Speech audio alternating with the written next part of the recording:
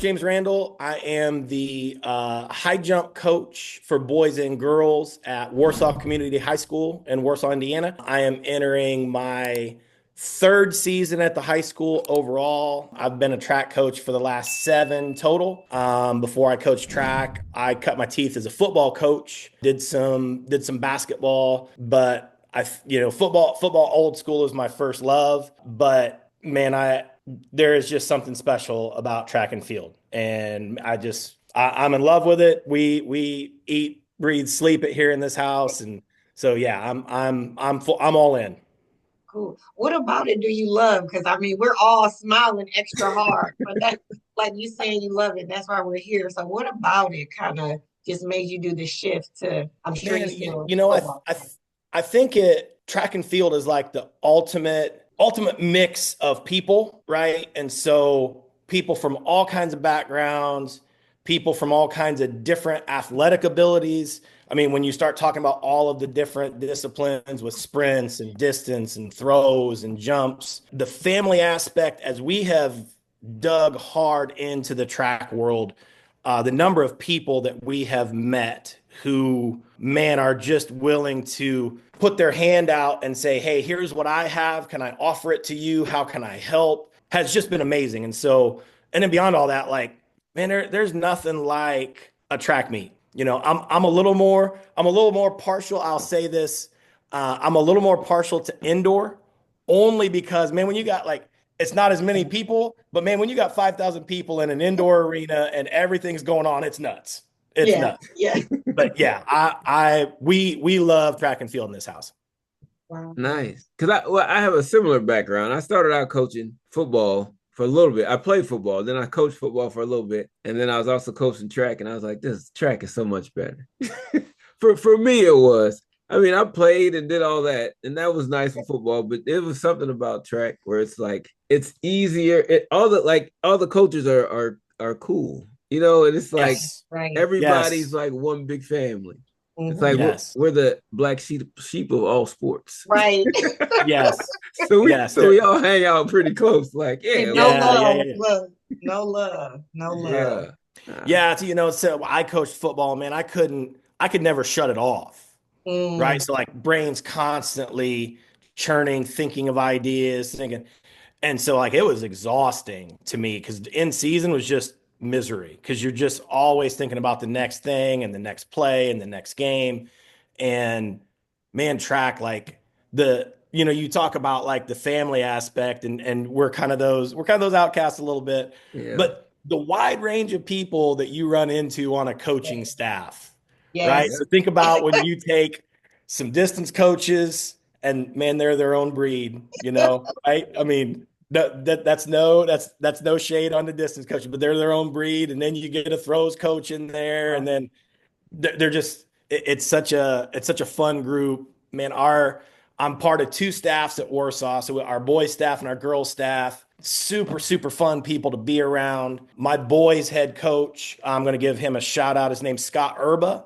Hey, Coach Scott. Erba, eventually, man, if he's not in the Indiana Hall of Fame by the time he's done and retired, it's a crime. He's coached on the boys and girls side both, coached cross country at a very high level. In all of his years as a high school head coach in track and field, he has never lost a regular season track meet, which is insane. But I absolutely love that guy. He has provided me so much opportunity to grow in the sport, to be able to coach my son, to be able to coach other kids. I can't say enough about the guy. Yeah. So is Jordan? Is that how you got into coaching track? That yes. So I got into coaching football I was just because gonna I ask. coached Yeah, I football. was gonna say. Yeah. So with Jordan, so we had a I threw out a rule for him when he was little. So in like sports around here in our elementary school start in 4th grade.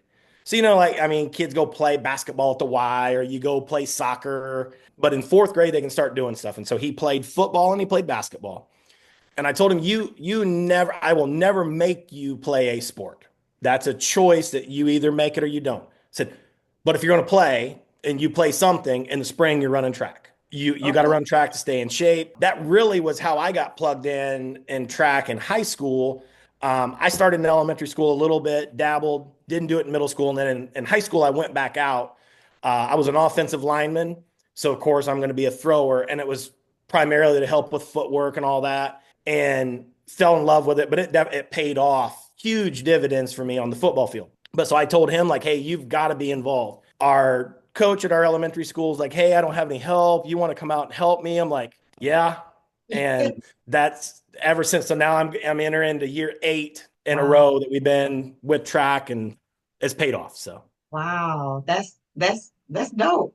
So speaking of how long you've been coaching now, like 8 years, I'm sure you felt like time has really passed. How would you say your coaching style has evolved over the years? Has it changed? And also, how has your team changed under your leadership? Right, it was kind of yeah, a pause for football players to come, and then you really got into it. So, walk us through that evolution for you as a coach, as well as for the athletes in your program? yeah. Man, I would say as a coach, after I was a dad, after I became a parent, I coached completely different. Hmm. So I coached for a number of, so I coached football for a number of years before we ever adopted Jordan. And I was a good coach from the technical side. I wasn't always a good coach of people, Mm. right? So there wasn't always a lot of compassion for what's going on in the life of a middle school kid, or what, like they're just kind of like, dude, suck it up and deal with it. I think it became very different when I became a parent and you start Mhm. realizing all the things that are happening behind the scenes, and then the kids that you're coaching are also your kids' friends, and their families. And so that changed a lot. And I think just from that standpoint, really allowing like having a very high standard, Mhm. but also understanding that, like, I can love you well and respect you, and really try to dig in and understand what's going on in as many aspects of your life as you'll share with me, because a lot of kids are like, I don't want to do that. But really, really dig in with the kid and coach the whole person, not just the athlete. I love that. That's And great. then from the team standpoint, man, so I'm going into year 3 with the high school now. So year 1, I only coached boys. I had 4. Previous to me being there, our high jump coach before was also our girls soccer coach. Great, dude. He has helped me a ton. But his availability was pretty limited. He's also a dad. So in the spring, he's trying to be away because girls soccer's in the fall. So it wasn't there a lot. They didn't have a lot of kids that wanted to jump. We come in. Jordan had a pretty unbelievable 8th grade year. So as an 8th grader, he jumped almost 6'5". So coming into high school, there were a number of kids who were like, well, why do I want to go jump? Because there's this freshman kid getting ready to come jump that's going to do everything. And so there were some guys that had jumped the year before, like, I don't want to do it anymore. So we had 4 last year. After the year that we had that first year, last year we had 10 on the boys' side. I had 8 on the girls' side. Experienced a lot of growth. Last season, we had 2 state qualifiers on the boys' side. It's the first time in our school's history that we've ever had that. My senior kid, we sent him off to Indiana Wesleyan University, so he's high jumping at Indiana Wesleyan now. Super, super. I take a lot of joy in having a college athlete now. I think I take more joy in that kid at least once a week text me to check in, let me know how training is going, how is the start of his freshman year is going. And I'm like, okay, I must be doing something right if a kid that doesn't have to communicate with me anymore wants to let me know how he's doing. So, Well, I would say so. And on top of that, you said you started with 4 and now you have 10 on the boys and 8 on the girls. Right. So yes. there's something in there that you're doing right, right? So, I So hope, I like to think so. I It's like to like, think it's so. like he learned the people part. That's for sure. It right. wouldn't have. The, So the, you the got the people people part's part down important. The now. people part's important. Yes, very important. Now, how is that in terms of, well, you're developing jumpers, right? So you Yes. weren't a jumper yourself. Where did you kind of gain this knowledge from to be that person to be able to get these kids executing at a high level when it comes to high jump? Yeah, so I got another guy I got to give a shout out to. And you guys are on social media, so I'd recommend you go give him a follow because I know you guys are also really, like I see, into the jumps. So, gentleman by the name of Troy Haynes, he runs an account on Instagram that's called Sky High and Fly Jump Camps. Coach Haynes was a high jumper at UCLA in the early to mid 80s. I believe his PR was either 222 or 223. So 7'3.5", 7'4" in there. I always forget exactly where he got to. Studied exercise physiology, not because he wanted to go into the field, but because he wanted to understand the high jump better, because he wanted to try and make it to the Olympics. Didn't pay off. I mean, he went to trials. He got to jump against Sotomayor, who holds the world record. But his love for the event translated over into he has at various times coached at the college level, coached at the high school level. I found him on a whim on social media. My son had had this unbelievable eighth grade year, and I knew just enough to help get him to a spot. We had a guy who was worked at our school at the time that had been a D3 high jumper. Gave us some pointers to help him out, and we kind of maximized what I knew. It's like, okay, I got to find somebody that we can dig in with. So I see Coach Haynes, he's posting videos and stuff online, and I sent him a DM and said, hey, I see your stuff. Do you know anybody in the Midwest, have any connections that could help us out? And he's like, no, but if you send me your videos, I'll analyze them for you and I'll help you out. Right. So I took all these videos we had, sent them out to him, and he sends me back this packet that's like basically all 4 years of Jordan's high school laid out and what we got to do. And I'm like, okay, what are Wow. like the most important three or four things we're gonna Right. do? Like Yeah. we're gonna overwhelm this kid. But Coach Haynes has been an overwhelming resource. And as just kind of as I've dug in with his content and teaching it, I always joke that I use like Jordan's my lab experiment. And if it works with him, we filter it down to the other jumpers. But it has really, really paid off. And it's a lot of just being, I don't want to say basic, but it's a lot of very basic stuff for the event. You know, I mean, it's kind of like anything about like basketball. Right. If a kid's going to get good at basketball, they're going to do the fundamentals. The Right. fundamentals are going to be what get them better. And you do the fundamentals every day. That's Right. how we are with high jump. Wow. Yeah. That's that's great. Again, we talked about it last week with our coach from Fishers, where as a coach, being humble enough to say you want to be better and what you pour into your athletes. Like there may be some areas where you need more improvement so you can be a better coach for it. So for me, when I look at that, for a coach to be able to recognize that and want the best for the athlete, and it's not about them, that really speaks volume to your philosophy as a coach. So definitely a hand clap for that. Thank you. Thank you. Yeah. And then you also talked about, how Jordan is kind of your like test subject. So with that, my question is, how do you balance, the newcomers where there could be things that more of the experienced athletes could be doing at a different level? So how do you balance the newcomers with kind of the vets on the team with your coach? So, I mean, our vets do a good job of helping coach. So I'll give you, for instance, last night, you guys are both high school coaches, correct? Correct. Okay. So limited contact period started this week.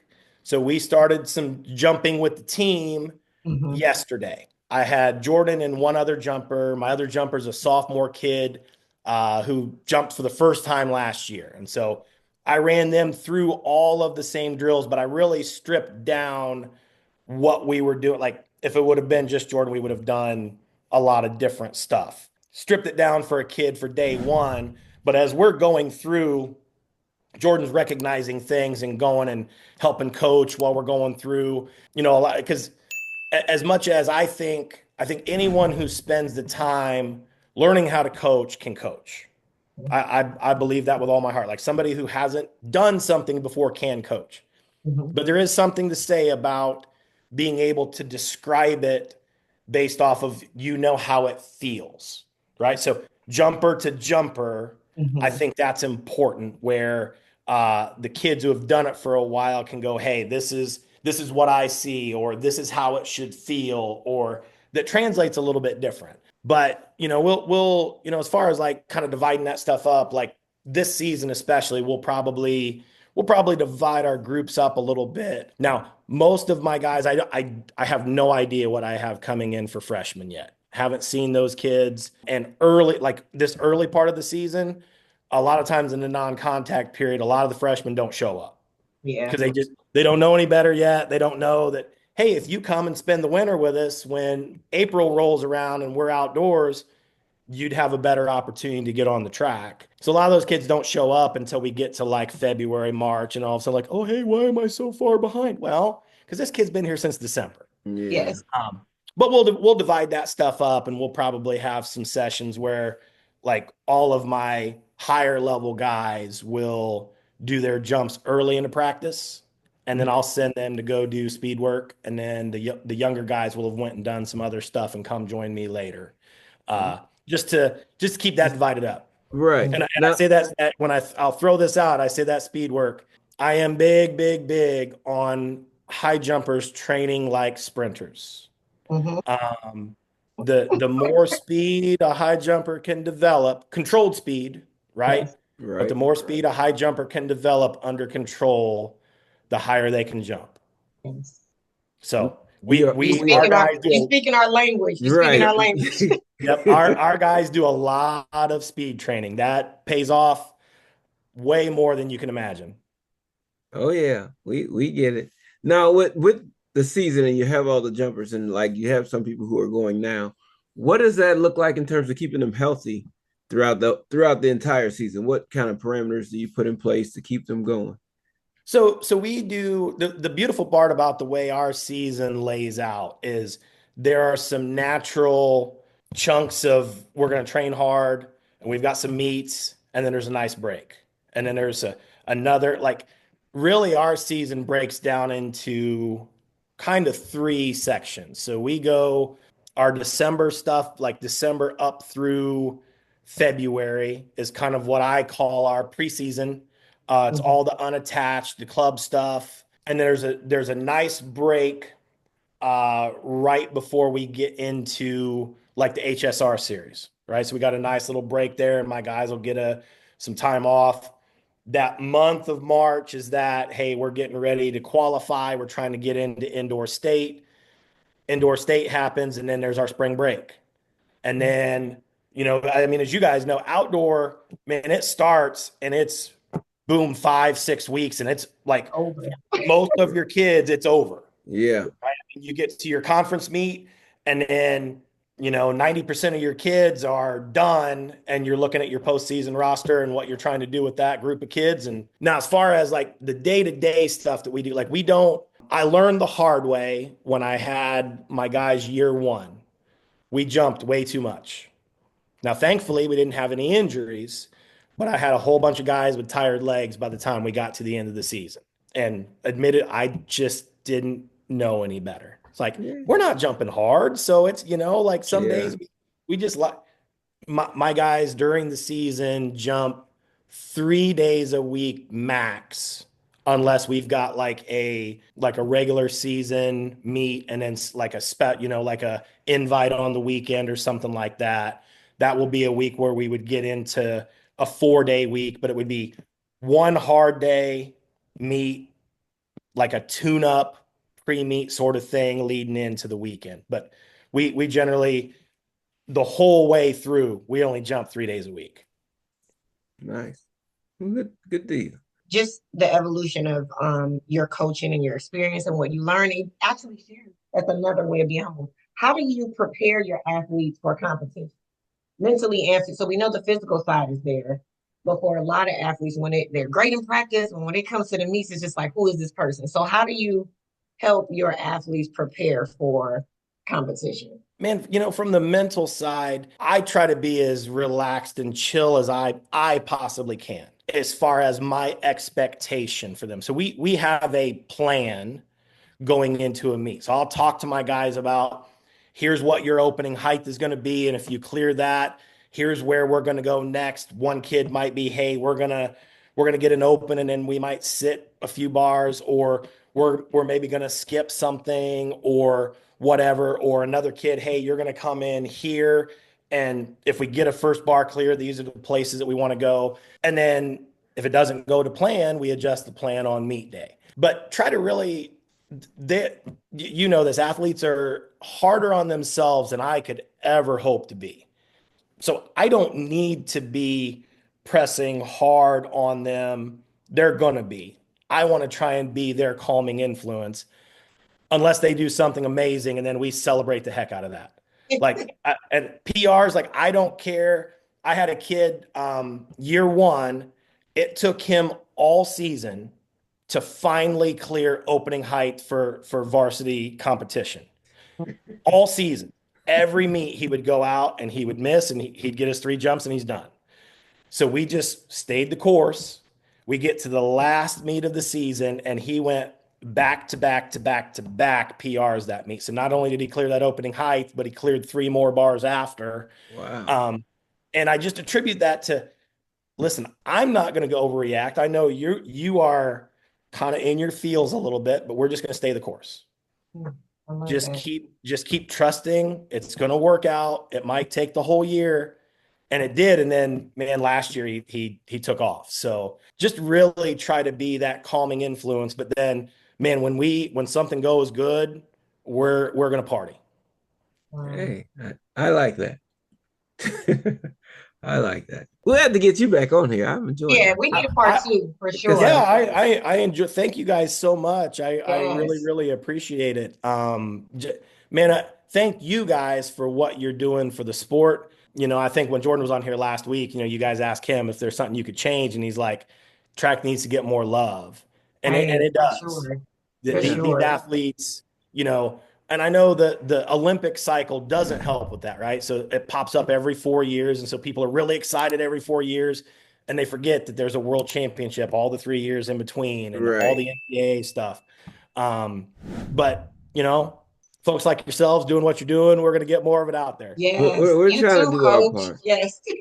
And we're even trying to do a little something extra around here, you know, I Yeah. like it. with the top times competition we're looking at. So yeah, maybe we can do a little bit more and get things moving around here.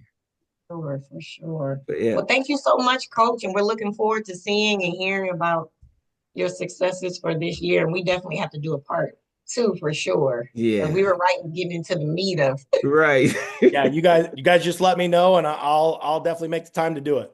All right. Sure. Sounds Thank you so good. much. Thank Thanks. you.